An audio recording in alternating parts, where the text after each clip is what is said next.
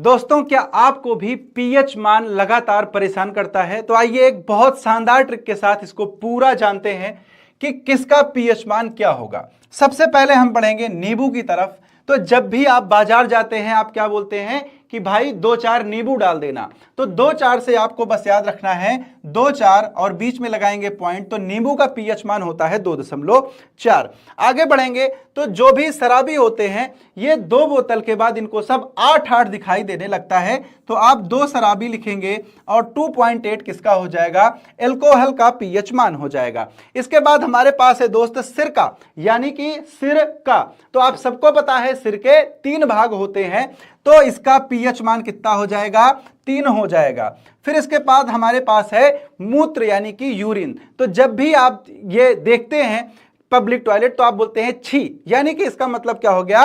6। और यूरिन का pH value जो होता है वो 6 होता है। इसके बाद है हमारे पास मिल्क। तो एक पहलवान जो होता है वह दूध पीकर क्या करता है? सिर्फ छक्के और चौके मारता है।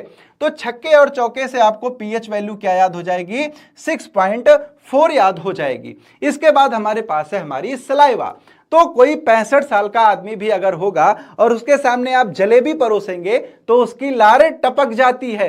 तो इससे आपको याद होगा 65 साल का मतलब कि 6.5 क्या होगा? लार का पीएच मान होगा।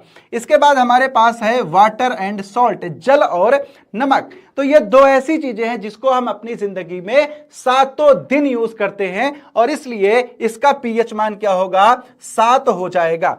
फिर हमारे पास है रक्त और आंसू, ब्लड एंड टीयर, और ये दोनों हमेशा सच्चे होते हैं। खून भी सच्चा होता है और आंसू भी सच्चे होते हैं।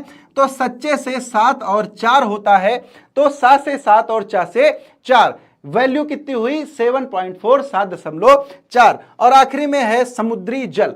ये इतना खारा होता है कि कोई प्यासी आत्मा भी इसको नहीं पी सकती है। तो प्यासी से याद रखेंगे 85, यानी कि पीएच वैल्यू हो गई आपकी 8.5।